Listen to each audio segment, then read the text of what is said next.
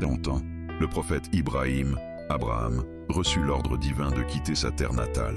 Il emmena avec lui son épouse Hajar, Agar, et leur fils Ismaïl, encore un nourrisson. Par la volonté d'Allah, il les installa dans une vallée désertique et aride, la Mecque, qui n'était alors qu'un lieu sec, sans eau ni habitants. Hajar, étonnée, demanda à Ibrahim pourquoi il les laissait seuls dans un endroit aussi hostile. Quand elle comprit que c'était un ordre d'Allah, son cœur trouva la confiance et la sérénité. Rapidement, la soif tourmenta l'enfant. Désespérée, Hajar courut entre deux collines voisines, Safa et Marwa, à la recherche d'eau. Elle fit ce trajet 7 fois, implorant le secours d'Allah. C'est alors qu'un miracle se produisit. Sous les pieds d'Ismaïl jaillit une source d'eau pure et abondante, la fameuse source de Zamzam, qui coule encore aujourd'hui à la Mecque. Avec le temps, des voyageurs s'installèrent près de la source, et la vallée déserte devint un lieu habité. Ismaïl grandit parmi eux, apprit leur langue et leurs coutumes, et devint fort et sage. Un jour, Allah mit à l'épreuve Ibrahim.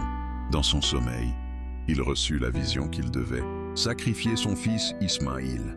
Lorsque le père en parla à son fils, Ismaïl répondit avec une obéissance exemplaire. « Ô mon père, fais ce qui t'est ordonné.